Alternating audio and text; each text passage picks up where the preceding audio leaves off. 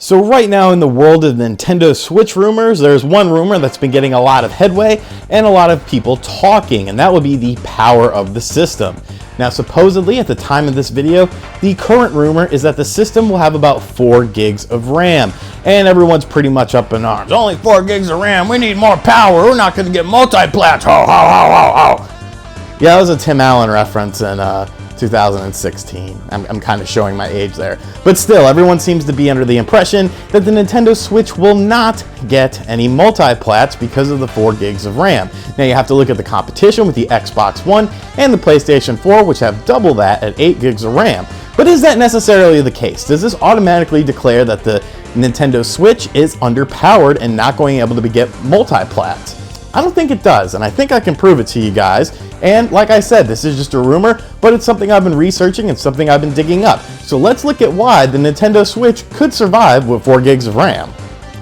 Alright, so the first reason why I feel the Nintendo Switch would be fine with 4 gigs of RAM is of course the operating system. Now you have to remember, when it comes to the Xbox One, 3 gigs of RAM are dedicated solely to the operating system. 3 gigs! So more than likely the Nintendo Switch is going to have a very light operating system. You have to remember, this is also a portable console that you can take with you. So for it to have, a really resource heavy sort of operating system, that doesn't make sense. Those sort of things will drain battery life. So the cleaner, the easier, the friendlier it is to get into the system, the better it will be when it comes to, performance of the system and how much resources are available to developers. Now, another thing to take into account is the fact that a lot of these games don't use all 8 gigs of RAM. Think of it like a computer. How many of your operations actually use all of the gigs of RAM? None.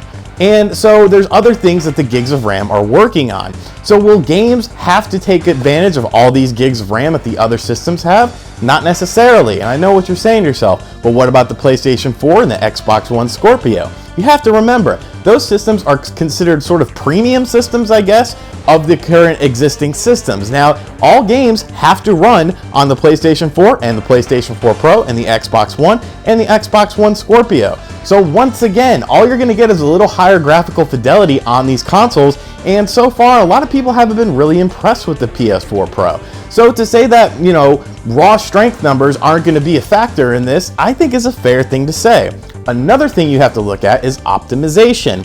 I have a MacBook and I have a laptop. My laptop has 6 gigs of RAM. My MacBook has 4 gigs of RAM. Guess which one is faster? The MacBook, by far. The MacBook is speedy and zippy, while my laptop is just creeping along like a slow, snail. So what's the difference? In terms of raw power, the MacBook should be slower than the laptop, but it's not. That's because the MacBook is optimized with those 4 gigs of RAM. So if Nintendo is able to optimize the power to, do what's necessary and do what it needs to do, there's no reason that the Nintendo NX can't, the Nintendo Switch, I'll probably say that a couple times, can't compete with the other consoles in terms of power.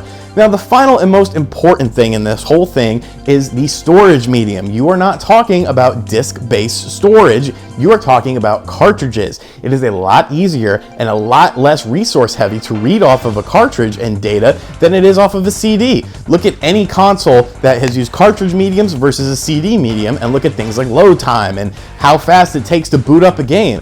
It's apples to oranges. It's much easier, much less taxing to read a cartridge than it is to read off of a disc. So with these things said, will the Nintendo NX or Switch survive with 4 gigs of RAM?